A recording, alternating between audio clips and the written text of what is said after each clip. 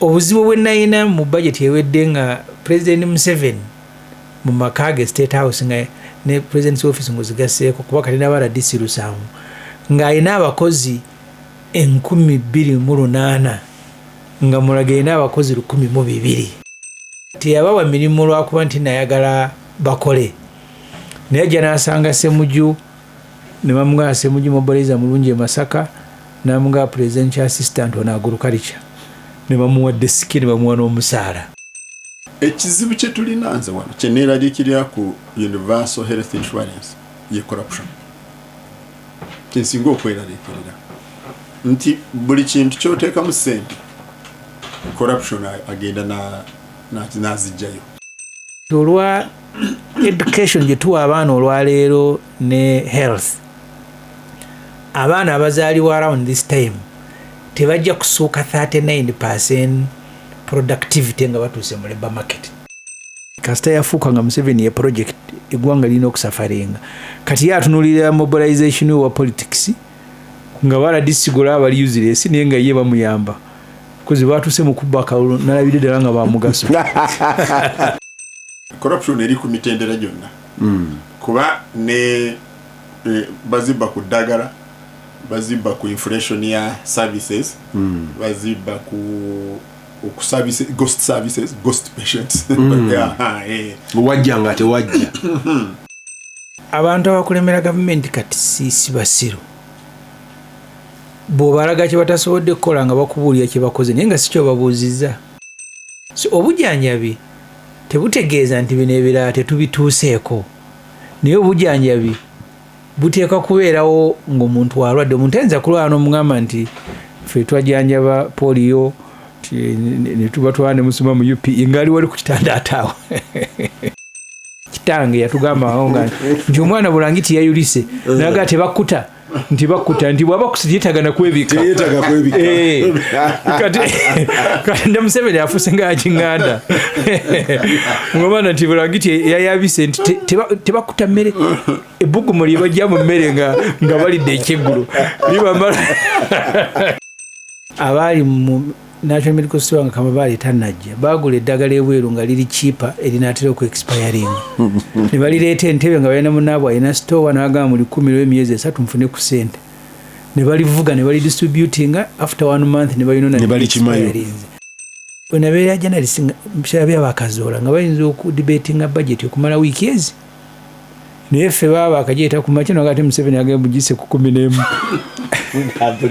Dutindo wano ku Radio Simba Peter Kibazo mu studio zigikwanjulira osibyeyo otya ampuliriza yakoze olwaleero weebale akyakola weebale wonna wosinziira okutuwuliriza tukwebaza okubeera nga okola bwotyo. Nina Ibrahim Ssemujju mpaka w'ekira okutuusa mu May. Nina Richard Baguma munnamawulire lobbyist namawulire Radio Uganda TV yali lobbyist activist kyekigambo kye bakozesa advocate abalojja kuzuliroya takyaliyo mu parliament naye ng'omona etteeka ly'omwenge gwe watikka etteeka ly'omwenge gwe wamuwanguza Sara ne Ssemujju nze namwanguza kibazo twakitondeka awo mukyala yagamba yatuuka ewaabwe nga abatamivu babagambye oyo ayagala kubasiba. Baguma buuza abantu. Mwebale nnyo abatulaba n'abatuwuliriza mu linnya lya Katonda ow'ekitiibwa ow'ekisa ekingi mbalamusizza ate mbeebaza kubeera naffe era mutuwerekere essaawa eno gye tugendamu Katonda atulambike byonna bye tugenda okwogera. Ssemujju buuza abantu. Awuliza Radio Simba. Assalamu alaikum wa rahmatullahi wa barakatuh. Mbalamusizza mu linnya lya Mukama Katonda ow'ekitiibwa. Ampuliriza Lutindo. Ssemujju njagala kutandikira olwaleero Omuganda waffe bamuleese mu kooti Muwanga Kivumbi. Ndabye balooya be bakaayana ne kooti nga nti omusajja mumuvunaana okubeera nti yakuma omuliro ogwavaako abantu okufa naye ate temuvunaanye batta bali temutulaze nakuvunaana kwabali naye nga ku charge sheet bamugattiddeko bali be basooka okukwata erutambala naye ng'abaddeyo mu kooti. That is not my issue. My issue eri mu parliament. Week eno mubadde mu discussing budget framework paper. Draft budget. Yeyo anti ye framework. Kati nga nkulengera ekisooka nti nakulaba I think mu media outlet ngoga nti parliament abantu nga 5 bamala be baddukanye emirimu gya parliament in effect. But nakulaba ngo ina byo raising ku mabanja getugenda okwewola ne getwewola ne getutakozesa. I think a day later Auditor General najja ne report. Auditor General's report nagisanze ngeri very interesting. Ina sectors zekoonako esooka yabadde ya health. Auditor General bano babaguma mu kulobinga kwonna kye batatugamba nti tuli served at 37% in terms of human resource. Tuina gap eri medical ne administrative all together y'abantu 63 ku buli 100. Buli ddwaliro eririmu eryandibaddemu abantu 100 mulimu abantu 37. On the medical side bali anamu something ku buli 100. Naye nga bw'ogatta non-medical administrative ne medical nga tuli served at 37%. Then nanulondayo ebitawedde ebitakoze. Njagala kutandikira awo ku health sector. Mwami Museveni buli lwayimiriraga nti anti tudirinze ne primary health care nti tukoze bwe tutyo. Olwaleero nina b'empi be mbadde nabo mu office ewange nganga nedda ti bwe batuggyako ssente za ba donors bano mu mikwano gy'abaguma nti bwe batuggyako ssente za ba donors especially after America okuwithdrawing okuva mu Global Fund nejjawo wano USAID nejjawo ne funding and government stepped up and covered the gap. Nti to appreciating kati wo covering a gap eyo tosuubira recruitment in terms of human resource. Samuju njagala kutandikirawo ng'ababaka ba parliament at a health level ebeerayo lwe mu raising a red flag ne mugamba nti wait a minute nga tonnaziteeka ku luguudo nga tonnaziteeka wano wakulu. Naye ekyo kimanyi ombuuziza lwabawuliriza kubanga emyaka gye mbadde ku komiti ya budget teriyo mwaka gwe nagamba omu ku bantu newe nali ewaluluma bano bagamba ebuyikwe mulimu abantu b'ofunamu kubanga balina obumanyirivu mu sekita naye n'okujaagaana balaba nga yabayingira. Ayume MP I hope yawangudde. Ayume Wakoboko. Siri very sure. Ayume abadde chairperson wa committee ya health. Mutabani wa Ayume oli. Naye nga buli lw'osoma ripooti ye onyigira gavumenti ne bw'oba ogyagala. Ebimu ku byali byewuunyisa Peter sikyajjukira nsi yatuwa ebyuma e Mulago kwezi ensi z'abaddoona ezo sikyabijjukira. Ne bisigala mu mabokisi nga biringa nga Amini bye yali yagula ku Radio Uganda bano babaguma. Amini bagenda omujjawo nga yagula ebyuma ayagala Uganda Radio Uganda eweereza okutuuka Zimbabwe nawa ne bisigala mu mabokisi mpaka lwe byavunda ndowooza ne bigwawo. Kati emu ku nsi yatuwa ebyuma e Mulago ne babiteeka mu mabokisi ebweru ne bagamba nti tebalina ssente zizimba webiteekwa kubeera kwa ebyuma ebimu ebiri medical si byakuteeka buli woosanze muzimba ebizimbe ebiteekwa okuba byakula bwebiti. Kati nga babituwa e Mulago tebiriiyo abalwadde babasindika bweru kubanze kitange namutwalako e Mulago ne baŋŋamba mutwale either Kololo Kampala Hospital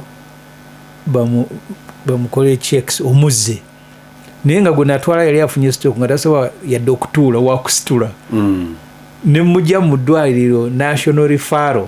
ne bakureferring nengende national referral nendifaringa ekololo ne Kampala hospital nengenda ne bakuba ebyuma nenzira kati one leg y'ebyuma mulimu n'ebyo ebya cancer ebyo ebina radio something ez'amaanyi nga naye bitulemye okuzimbira kati ebimu ku ayime bye namuggyako nateekanga mu ripooti yange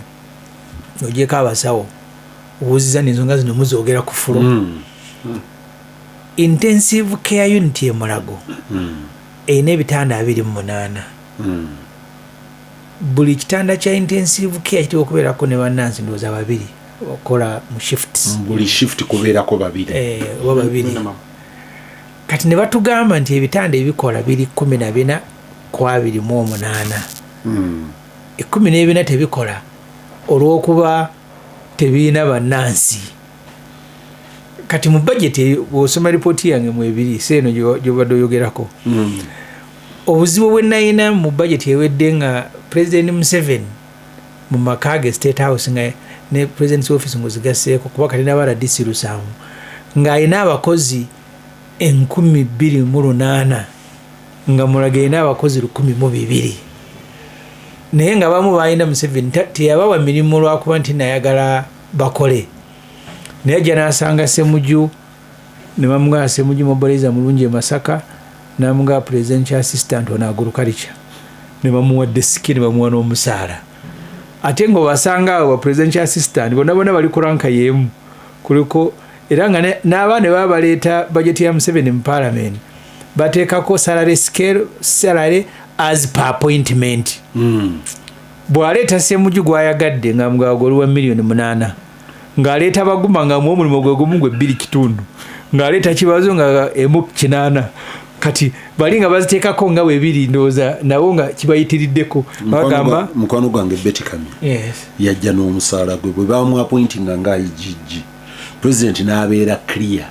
n'agamba nti ajja n'omusaala gwe nga bwe gwali ne emoluments nga minister n'azisitula nga bwe zibeera mu parliament n'azijja nazo nga IGG bwe yamu appointinze nga presidential advisor n'agenda nazo zonna kati bwatyo bw'abakola Sendawula nawandikako lumu ku presidential advisor senior presidential advisor nga Sendawula afuna $2,500,000 Lugunda Mbabazi Sekandi bali kwabire ba mu Musamu sale oni yawasa omuwala yani soko kwase Lwawogo senior presidential advisor bonabona ranka yemu bano ono 2.5 ono ate ne bali abala omu ali kwa 2.7 ola 2.5 bana baleeta so point buli report je nkoze mu parliament bademba gamba ngojeko numbers nti here it is criminal okubanga mudwalire Mulago tituyinayo basawo bamala naye nga tuyina abakozi abalidana ndi nabawaako kyokulabirako nali Kenya yagenda mu reviewing public service ne bagamba nti balekeddaawo okurecruiting as a police ne bagikyusa nga bagala they want more technical people than support staff kubanga bw'ojja n'osanga tugambe minister ojja musanga nga alina driver obumu alina babiri alina abakuumi personal assistant secretary ani nga buli lwappointing omuntu omu bw'atyo omuleeti akabaala 10 kati Kenya nega yeeyagala bijjawo nze Sendawula oyo Gerard Sendawula newe yabeera minister nga yeevuga lumu twali ku mukole waffe eyo yajja n'ekigongo ye mugenyi omukulu kati emmotoka bazipakinga nga abakulu temujja bagandi muzitadde tetwaga bazijjewo dereva wa Kigongo najja okujjayo emmotoka ya Sendawula n'agaana namuga emmotoka evugwa minisita tebeerako binoobule nze njevugira najja n'agyejjerawo bano baminisita betulina abasinga obungi tibalina makulu ne bweyevugira mmotoka kubera badde bazivuga naye omusanga naye bamuwadde ali ku pickup bbiri zimuwerekera ekitiibwa so kati Mulago bw'otunuulira abakozi ba gavumenti of course olumu mulimu n'abeexaggerating nabo nga tebabeetaaga ne mulimu ababeetaaga twali tunuulira universities teriyo university erina abakozi bali basukka 50% ey'ebusitema eri at 13%. staffing system 13%. Wadde yabadde ku 11 ngeri ku 11 ife njukire Makerere nga tusomaawo naffe oyekyawaye tebamala batuwa Peter Mwesigo tusomesa broadcasting najja natugamba nze sibisomanga ko bangambye basomesa nga omanyi Peter bandi mpese wakiri yagamba nze sibisoma sibinamu na interest nafuwa kasigala ke nafuluma yakomonanga nti katubiyize wamu kikyalaze kugamba ba student ngola akiriyale tebalina muntu alimu area eyo nebadde ono olw'obuyigirize bwalina wano wagandi jangu otuyambeko neeno. So budget ekizibu kyayo nze nagaa Peter ekiri geno nali ntunuulira budget ya Uganda kati ku mulundi guno eno gye tuli mukola draft budget tugenda kusasula amabanja agatubanjibwa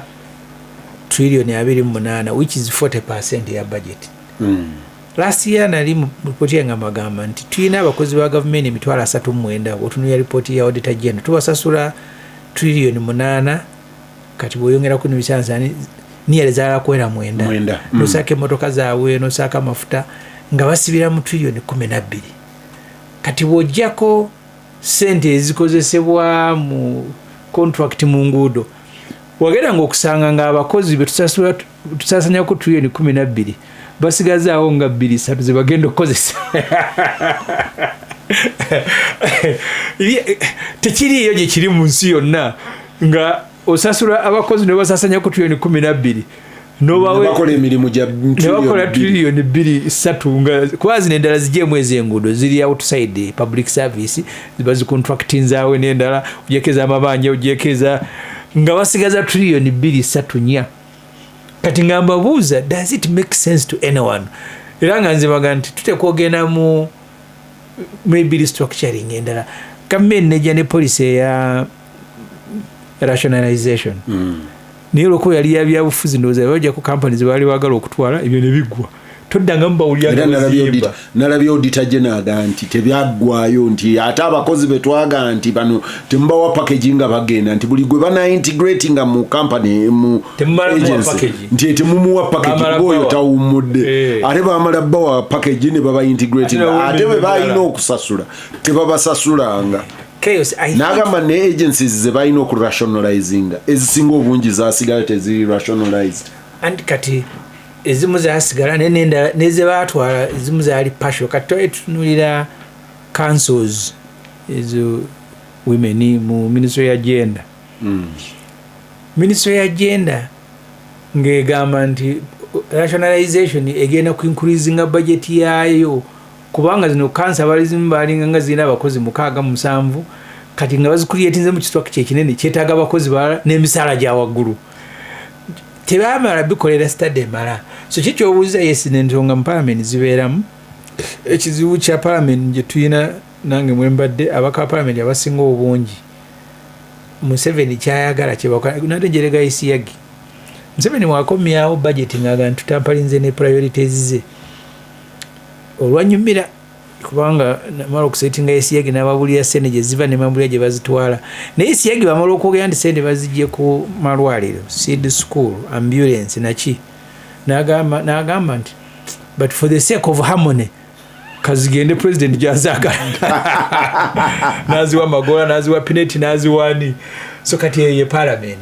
naye nga it's scandalous olumu nalowooza kati nga mu education tingeri gyali nga mukyala wa Museveni yazeeyo nga si byakwegayirira nnyo nga basula bonna ne Museveni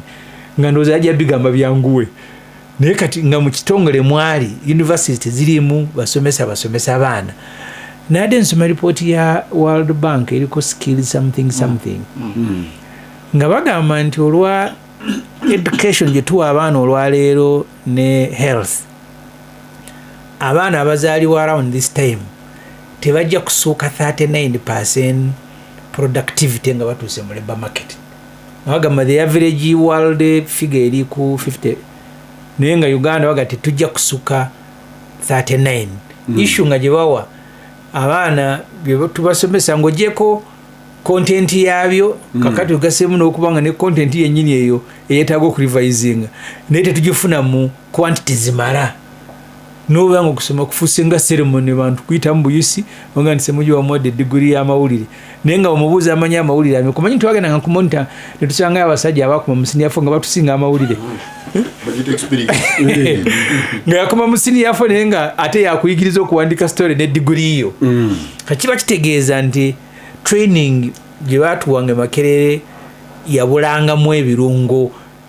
si necessarily kubanga university yabadde erina n'amawulire edda yabanga oba ne press university erina printing press naye kati nga tetuwandiikayo mawulire tewaliyo kati oluvannyuma baddamu ne bakolayo ne radio negaana Kanale Mugisha yatwalanga ku radio Uganda buli Saturday naye nno nga tusoma naye atuyambako buyambe si lekicara tusoma naye kirasi yemu naye okutuyambako yatwalanga mu byuma n'atuyigiriza okuweereza nga tulina programu efe y'Amakerere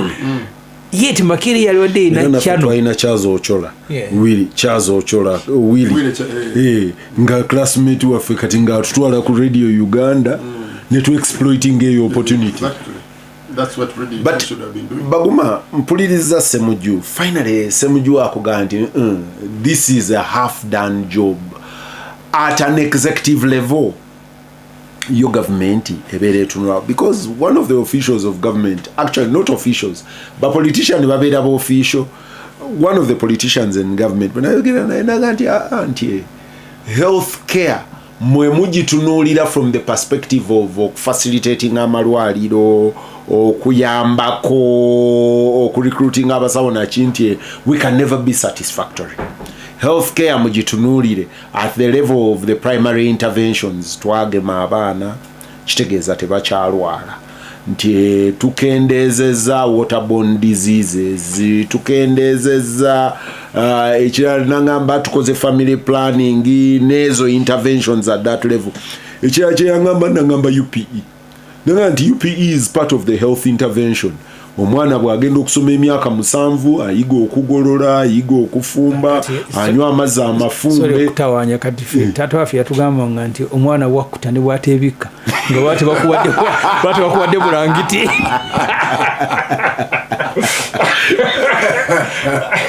Baguma those are lenses oye yabadangamba ali quote unquote at a strategic level mu government anga nti abo onotunulira kiri forget about it. But ekirala kyebadangamba yanga nti ye yali asuubira mu gino emyaka 5 egiwedde oba 10 egiwedde nti government yandibadde yatuuka nga yakola mandatory health insurance nti era ekyo ye kyekimu ku disappointments ze ne government mwali nti twandibadde ne mandatory health insurance oba yanditandise at primary level nga NSSF nti buli mukozi akola afuna omusaala tuteke ku makampani ngeteeka babasasulire health insurance ngaga nti that way you relieve public facilities of Baguma Ssemujju Bakibaza abafuna omusaala bavaayo but ngaga nti cascade ngegenene ku mkyala wa Katale actually model gye yabadangamba ngeri ku mobile money ngaga nti mobile money oba mobile phone ngaga nti buli lwoteekako airtime bamandatinge companies esimu nga bakikoze nti buli koteekako ebeera nga service fee nga batoolako eza health insurance nti people will never feel it is an indirect tax but over health insurance ntandikire eri ku funding adi health insurance yesoka funding yesoka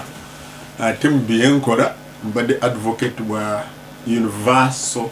health insurance for Uganda. Serially selective nti bana abakola universal health insurance. Kenya bagikola, Tanzania bagitandise. So Rwanda bagikola. Ekizibu kye tulina nze wano kyeneeraliikirira ku universal health insurance ye corruption. Kinsinga okweraliikirira nti buli kintu kyoteekamu ssente corruption agenda nazijjayo naye universal ate yabadangamba mugezi bwe ziba zigenzeeyo naye atuukayo ate olaba ssente za insurance corruption eri ku mitendera gyonna kuba ne bazibba ku ddagala bazibba ku inflation ya services bazibba ku service ghost services ghost patients wajja nga tewajja zibeeramu awona naye zikola at least kwabo ababeetaaga wotandikira abatandikirwako ekirala nti kubeerako essente ezisobola okubaako ebigula watch it supplies ne equipment okuservicinga equipment so nze ndowooza ekya universal health insurance kikyo mbadde kyembadde really nkibaddeko mu advocating etteeka kandi oli abuuza naye how is it possible that government yo teyakiraba emyaka gino gyonna teyakiraba ng'erina burden mu health care numbers ziri that bad ez'aba health workers bangambye our malaria budget has been funded 95% by donors to the extent that Bill ne Melinda Gates batujjako ku sente mu after parliament where yayise etteeka ku bisiyaga nga government yeetaaga 7.5 billion 7 I'm not talking about 75 7.5 billion ez'abakyala okubawa fansida bangambye fansida okubawa fansida nga bafunye embuto nga government yateekayo 2.5 billion kati lwaki ebyo tebadde tebiraba naye 7.5 zaali zaki si kibazo osanga nga 7.5 zebagamba nti batubadde 30% zisigala ku USAID Washington support simanyi babiyita batya endala nezigenda ku USAID regional n'endala nezigenda ku USAID Uganda. You see esente ziri allocated nazo tulina okuzitunulira tulabe meke ezituuka wano in real sense. So ekyo kikulu nnyo naye waliwo kyoyogedde wali ekya workforce ya health ne education kati kiri ku workforce yonna abakozi ba government wonna bitundu gundi byayogedde auditor general naye ekya workforce especially ku byobulamu n'ebyenjigiriza ekyo tubadde tulwana nakyo omulundi gumu twagenda mu parliament nekkirizaganya naffe yali aba parliament yakumeka ne bagaana okuyisa budget nga tebataddeemu batwala ekyankwanzi twakola advocacy eyali successful nnyo nalabanga mwali mukyalimu obuyinza parliament naye parliament negenda nga enafuwa kuba ne ku kya health insurance twali tukitambuzizza really twakola naye eyina engeri balobist abatusinzaako amaanyi aba private sector bwe bagenda kuba ekyo kyo balobist ba private sector ekya health insurance bwe batukuba bagende ba president ne batukuba mbadde ngamba be bafunamu ate bakikuba simanyi engeri gye baali bakirabamu nga bakiwakanya nga bangala babeere ku gundi yaabwe so ekyo ne batukuba ne batusinza amaanyi naye ekyabakozi ba gavumenti okuba abatono ekyo kyo kibaddewo kyova olaba ffe tubadde tulwana nakyo tutandikira ku baabo abawansi abasomesa ba primary banaasi ba extension workers ba agriculture na farm ez'ebisolo really nga wetwagala okutandikira ekirala nga twagala bana aba community health workers kuba ebyobulamu biina prevention ne curative so prevention yerimu nnyo community services mu kulowooza kwaffe nga tulowooza nti community services zandibadde nga zitebamu nnyo amaanyi obuyonjo ebyo okurifaringa abakyala b'embuto kuba referral systems weziri okugira deworming okugira obutimba n'okukirininga waka tubeere ne preventive medicine because curative really anti oli kyeyagambye nti gavumenti ya interveninga ekoze bulungi mu kugema ekoze bulungi at that primary level. Yes, naye nga ate olabanga esente zibadde zikivaamu nga village health teams ate baagala kuzijjayo bazirete ku muluka ne batandika n'okuleeta concept endala nga bagiyita choose community health something workers CHEW nga baagala bakyuzi nga batandika okubasikayo bakendeeze ku namba so that basale ku budget n'olwekyo ebyo ebizibu auditor general byagamba simanyi oba n'emyaka egiwedde abadde abyogerako nze abadde abadde mu advocacy mu health yebaddemu ku nsonga ezisinga obukulu really ze tubadde twogerako okujjako nti kati parliament ina engeri gye yanafuwamu Samuju nga sinagenda mirango oli aga nti perspective kwe tutunuulira yeyenjawulo nti gavumenti ye realizing nga teina capacity ekola intervention mu curative medicine n'ematiza bantu n'olwekyo gavumenti yeekola biri ebiyambako gema abaana making sure nti balina obutimba bw'ensiri obugabye kendeeza omusujja bageme kola ebyo ebinaabaziyiza okujja mu ddwaliro kati nga sinagendawo badde gye ripooti yange Mulago omwaka ogwedde batugamba nti operatingira at 49% human resource capacity ne batuwa abasawo abaali basinga okwetaagibwa assistant nursing officers nga batekwa kubeera na 142 nga balinako 38 ng'ebifo ebiri vacant 140 assistant nursing officer 142 nga batekwa okubeerayo nga balinako 38 nga babuzaayo 14 enrolled nurse nga beetaaga 123 nga balinako 28 ebifo 95 bikalu medical laboratory technician nga baagala 34 balinako 8 26 tebaliiyo nursing officer beetaaga 28 balinako 3 25 tebaliiyo assistant medical records officer balinako 25 abatano ebifo biri 25 balinako 5 2 tebaliiyo assistant nursing officer category endala nga beetaagana balinako solist yino namba obadde tubuuza yali mu ripooti yange ab'emulago be bagimpa nobanga agenda otuyambeko nange nenkola omulimu gw'abaguma kati eyo category eyo gyembadde nkulaga yeyaba ababulijjo nene mbamu n'abali senior consultant infectious diseases beetaaga ba consultant babiri balinako 0 senior consultant obstetrician and gynecology beetaaga babiri balina 0 nga beetaaga consultant bebamwabo beetaaga consultant lower gastroni something gastrointestinal beetaaga babiri balina 0 nga beetaaga consultant neurosurgery beetaaga babiri balina 0 consultant emergency medicine beetaaga babiri balina 0 consultant nuclear medicine beetaaga babiri balina 0 consultant pediatric pulmonology beetaaga babiri balina 0 so list weri yadde ekyo soko kimanyi percentage because erije wavudde ngoga nti balina percentage eringa mwana mu basatu bwogenda oku breaking down the percentage sounds a lot less kati you see ekitwala percentage waggulu mu bakozi ba health is the middle cadre kyetusoma tetutuuka ku specializations ezo z'abadde agamba zitwala kuba consultants wano medical officer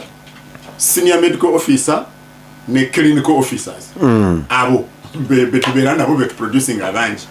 naye singa ogenda nga Baguma hold there. Yes. Is the shortage a gap in a skills gap production or is it a recruitment challenge? Both. It's in both. Absolutely. In both. When do you produce senior consultants? Deal with the system you have producing a senior consultant. Are we short on them? Absolutely. Awamu tewali nze nagenda Dr. Chigununga mulwadde Swaiman nagenda mu Cancer Institute eyo mitango bamangino baani yali agikulira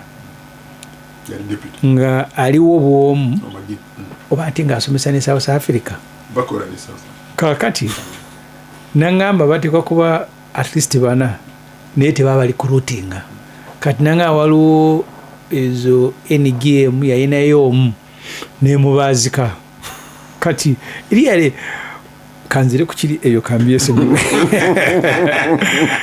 because zino list zemadde nkusomera za government semujulisa akyawa mwanyi nnyo abe mulago olumu batyo zireeta gavumenti okuswala bw'oyita ebbalibayo nobabuuza ne bagaa tobyogere nti ne bazikuwa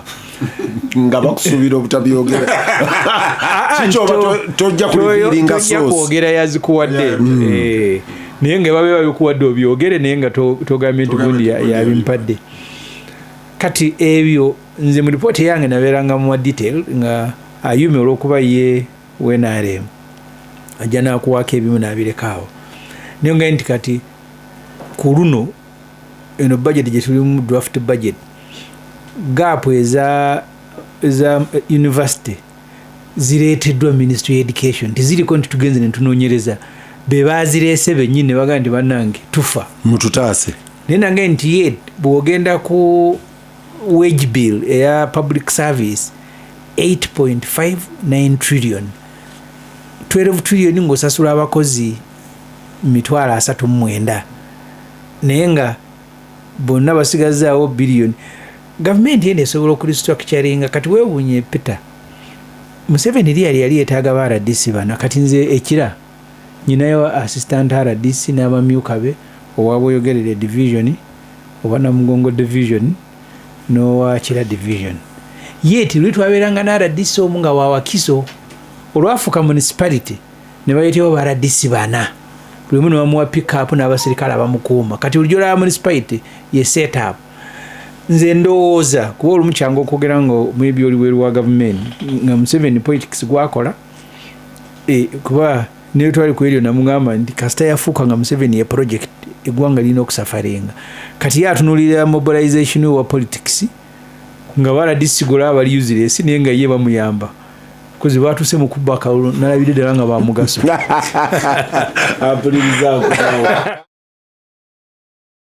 Dutino wano ku Radio Simba Peter Kibazo mu studios ujukwanjulira nina Ibrahim Semujunganda ne Richard Baguma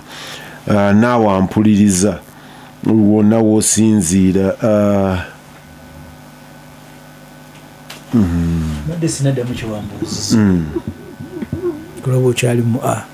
genda maaso kiwambuziza comment z'abantu mbadde nkyasoma comments z'abantu abantu abakulemera gavumenti kati si basiru bw'obalaga kye batasobodde kukola nga bakubuulira kye bakoze naye nga si kyo babuuzizza kubanga gavumenti ya Museveni emanyi bulungi preventive ani health centers ezimba 3 2 4 5 lwaki tezikendeeza kunenga nti kati abaana twabagema kati abaana bali mu UPE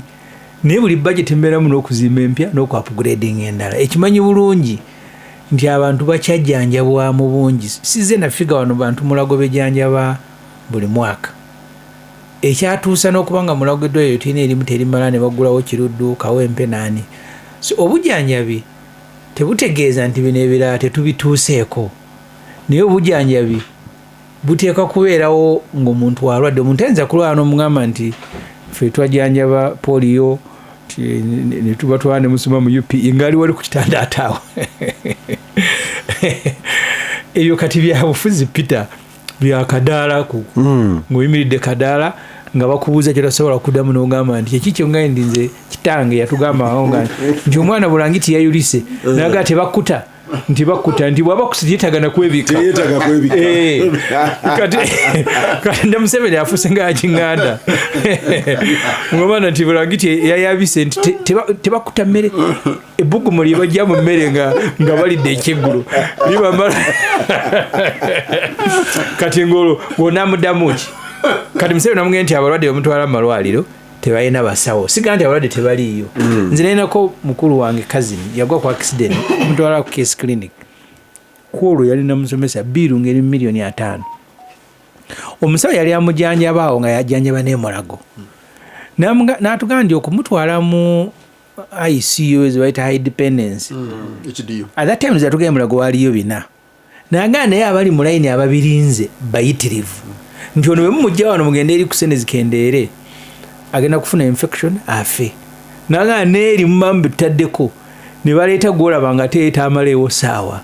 n'ogamba ono musoke mumugyeko ko community muteekeko oli afa naye afunimuko nga bwe gwali mu covid nze nali wa mukisa maama wange bamujjanjabira eno gye baali bategekedde abakungu naye abakungu bagenda bategekerayo nga Kivejinja yafudde kubanga story gye nasanga Mulago nti Kivejinja bamuleeta nga tewali oxygen ne bagamba mugyeko ku bantu ba bulijjo abasawo ne bagaana naafa ate yafiira wali mu kutya okubye ennyo kubanga bamuteeka na Muvera wa Black kumutwala okumuziika and I think Kivejinja bamuziika Muvera wa Black ng'okutya kwa covid kukyali kw'amaanyi kati olw'okuba abakungu baali tebanaakulwala covid nga tukyalina eri woodi eri eya buli omu kasita abakungu baalwalako ne bateekayo woodi endala kati toyinza agamba nti solution y'okujjanjaba abantu eri medical nti yetegeeza certainly yes omuntu bw'abeera nga asomyeko nga mulimu ebintu byatakola ebigenda omulwaza naye kabeere Bulaaya emu ku debate ezisinga obunene Bungereza ebeera ya National Health System NHS toyinayo lw'oligenda Bungereza kakabeere kalulu kakibeere kinga eyo si debate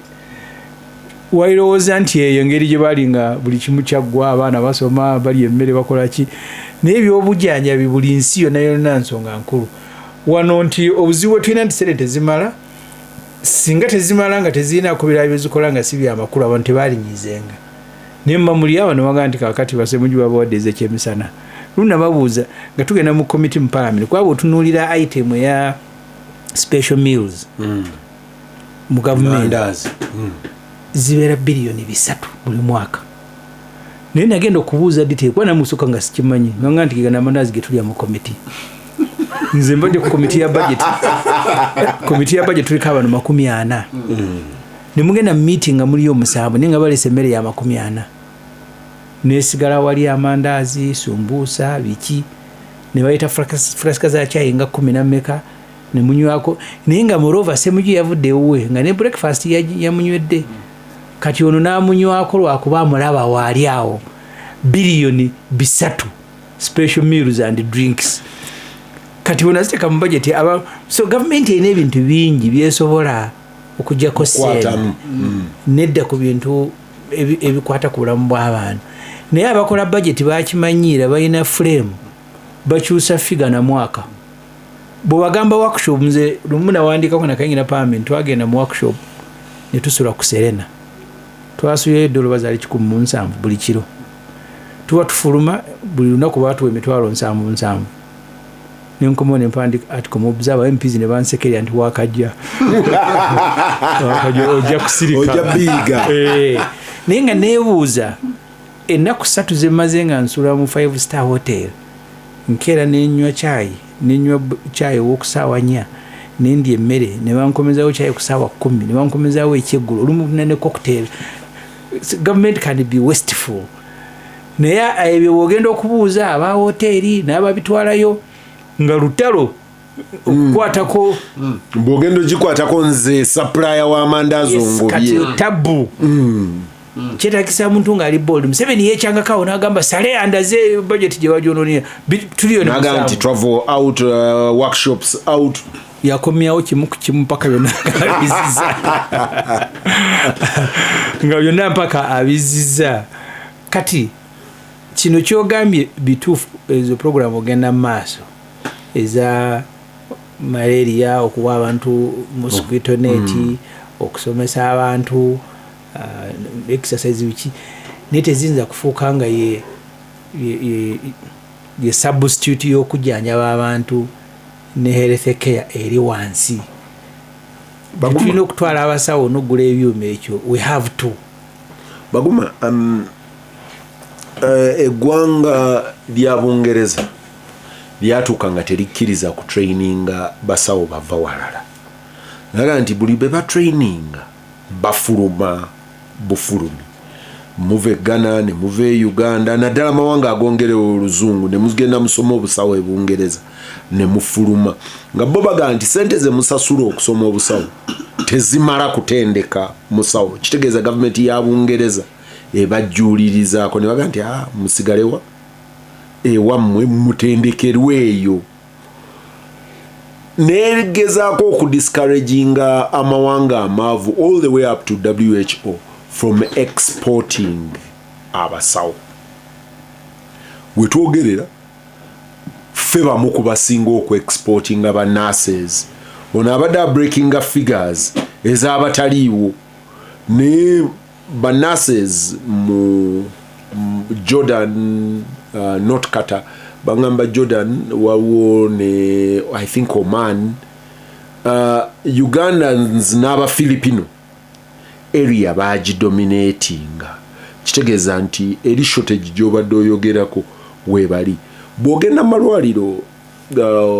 nayina challenge wano mu health ne omusawo nanga nti anti ayinza okulongoosa nti ali South Africa naye amanyi okujja n'akolerako kwa Gakane Nairobi nti oyo ye kafulu ngenda okugira nti ng'erinnya ayogera kigozi kozi naye wiri waawano era nanga nti saba nnyo wawo olwayita wano bw'ayita wano the cost reduces by almost 80%. Otherwise sina kyakukolera oyina either mulumba South Africa oba muteegalwana jawa e Nairobi. Kitegeeza nti in terms of expertise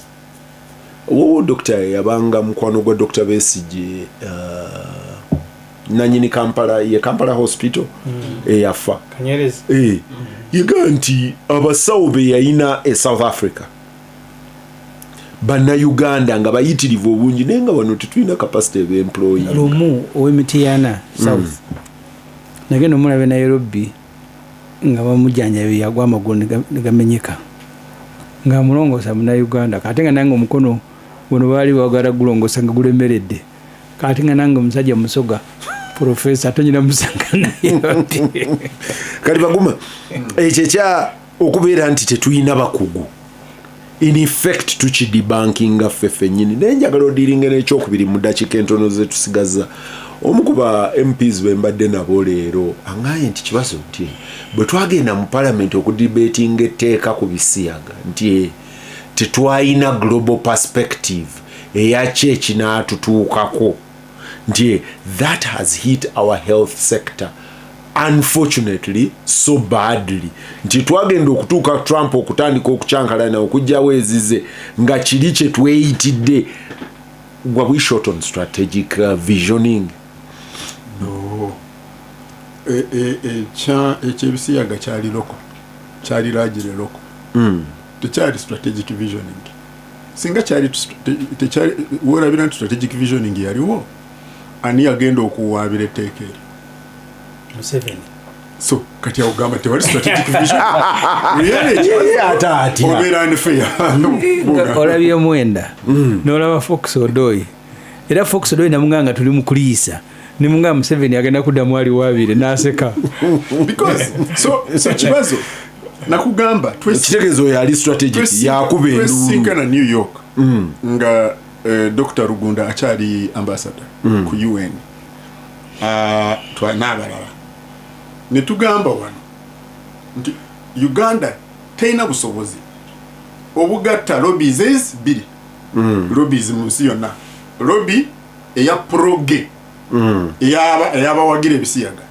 ne lobby eya anti-death sentence ewakanya ekibonerezo kyokwanika kalabba ezo lobbies biri nga zamaanyi nnyo kati nga ffe tukutte etteeka limu nga tugasse ebintu ebyo byombi tetwagala bisiyaga ate tugoba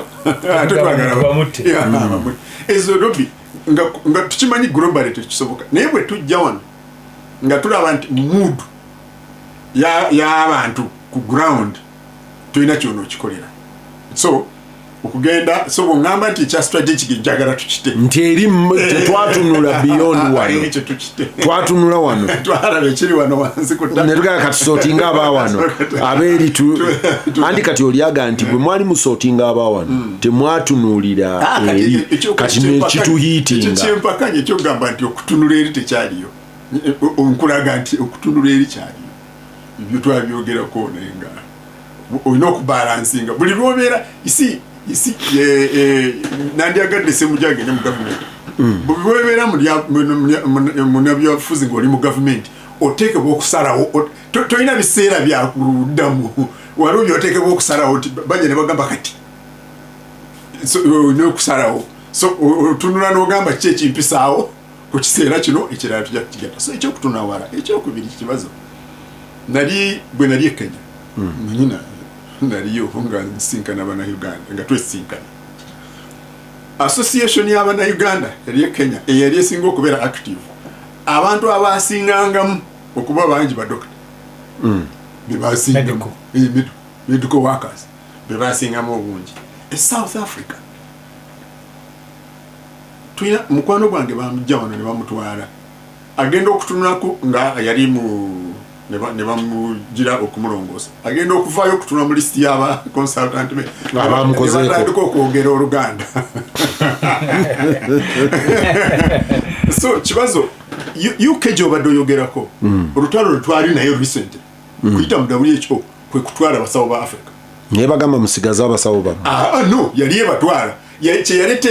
teyagala kuba traininga yagala etwala bali training abawedde obadde emirimu. So si kituufu abasawo baffe abantu baffe abali UK nga banasi n'abasawo nabo bangi nnyo. So kyenva nkugamba nti tebaliiwo bandibaddewo singa gw'obadde obawa offer eri competitive bandibadde gwe tobawadde offer eri competitive. So that is game mazima tebaliiwo togenda kukompitinga ku nsasula UK gyensasula naawe mu Uganda ekyo tikiriyo. Osobola okompitinga ne Yemen, osobola okompitinga ne Jordan. No, but to competing na Jordan. How? Jordan mfalme wa Jordan okompitinga otanaye ekyo tekiriyo. So okuproducing ekizibu abantu abebasa Anesthetist. Single okubeera crisis one. Are you kidding me? Yes, it is the greatest crisis we have. Osobola okulinda gwe gundi nga toina kwebasa. Osobola okulinda surgery ngeri emergency nga toina kwebasa. So we and it's not a training gap. It is a training gap. Seriously, training gap. Seriously. Kati baguma kyagamba nze nali mbuuza abantu abali mu government oba baali ate nga bagezi nza gandi ffe abali eweeru ffe tusinga ne bagamba muli mu kupromotinga science naye mwali munoonyerezaako ne mumanya science kigwe twagala abasawo bameka ne gavumenti webeegaba scholarship z'okuyingira emakeni manya kati abasawo twetaaga bangi zifuuke 6 zino zikendeere kwe ebimu ebyawano twabikwatanga kikwate bwe tuba tuyingiza abasomesa ne baba baawera kyobola abatuuka nga n'abasomesa ate bagenze Middle East kola bwa sikaali ng'ogyeko ekyo nziwe nabeera chairman wa COSAS 2014-2016 nasinkana ebyo agency ezirayisinsinga abasawo Uganda Medical Council, Uganda Medical and Dental something Uganda Midwifery and Nursing yes oyo Uganda Medical and Dental something yangamba nti uchanga at that time 2014 nti wetwatuukirawo nga twakatweninga abasawo yangamba 14 graduate nangana 1,500 luli bweru wa Uganda abasawo 14 abamadiguli 14 ndizibulikikanga ntono Makerere nze wenjiyingiridde 1995 twayingiranga 5 ne just 95 naye nga ate ne mabega bayingiranga 17 so kati oga training kati nambe egenze ewerako kubanga kati ate naye eri restrictive abasawo balinganga balooya bw'ogenda university kazisomesa obusawo ng'ogyeko maybe abasajja balaba Makerere tebagikkiriza kusukka 2 Islamic University 10 Mbala nayo wa 10 kati ogenda okukakananga ne training kati wegezze mu myaka gino emitono nga bagudde private universities ne yuli yaberanga Makerere yokka 10 kati gwe 10 mba mwaka training nga myaka 10 mwaka training nga 5 yanga twa training 14 zaina ku register 15 luli bweru wa Uganda kyado obuza baguma gye babasasona nagamba nti kani imagine mulimu n'abali ya Somalia nanga mulimu abasawo ba Uganda graduate ya Somalia yes because aba iza akora mu WHO oba aba akora mu NGO nga Doctors Without Borders sente ze basasula omusawo tetusasula consultant lwaki tagenda n'akolera eyo kibazo. Ampuliriza Lutindo, omanyi ngenda ndi extremely depressed. Ndio jagenda mutwali depression. Onaga nti ali Norway, nti nene Norway gyali nti currently balina bakakensa okuva e Uganda abawerako nti bana Uganda bagenda e Norway ne basoma lulimi ne babeerayo tebadda Norway gamba kibazo gwe nabeerayo bati bagala nkomewo bali bagala nsome public health ne bampa ne scholarship nindemerako nenkomawo kuba olulimi nali ntandise okulwiga nali ntandise okuadjusting culture zinga banjirenga ne bagamba tukuwadde scholarship nga tebangambira awo tubeera wano litukuwadde scholarship osome public health then tulabe. Ampuliriza Lutindo, semuju finally eno report y'auditor general etuyamba ddi okujjako okutiisatiisaamu ba public servant. Si obubbi bwa gavumenti obusinga obungi tebuli institutional. Kyobalanga Museveni mulimu lwakwata abantu kati ababbi obululu ekyera soba bakwata naye bw'obba eddagala ajja kukwata. Kati auditor general alinganga mukuumi waka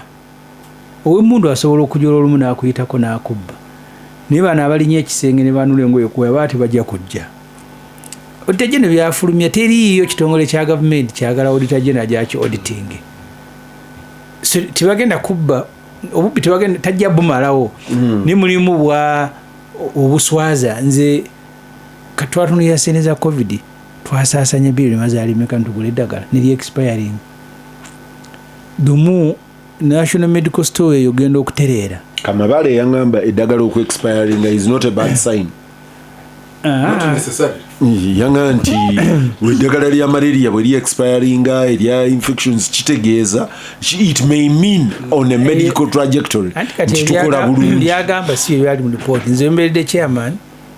abali mu National Medical Store nga Kamabale tanajja bagula eddagala ebweru nga liri cheaper erinaatera ku expiring ne balireeta entebe nga balina munaabwe alina store n'agamba muli 10 emyezi 3 mfune ku sente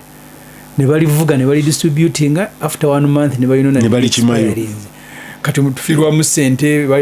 abantu bafa malaria n'eddagala so mulimu ebibeera deliberate nga by'abantu bya bubbi. So report ya tajeno kyeyamba unfortunately the parliament wewe giyitamu mu ngeri ya kinyumo netajiwa budde ne bajja nga dakika 3 buli omu yogere dakika 2 nga tebatunuulidde. Parliament yeno mulimu ebintu binene nnyo ebikyuse saagala kutunulira bannange nange njibaddemu naye Parliament nze nabeera journalist bisera byabakazoola nga bayinza okudebatinga budget okumala wiiki ezi naye ffe baba akajeeta ku makino agati Museveni agenda bugise ku 11. Ampuliriza Lutindo.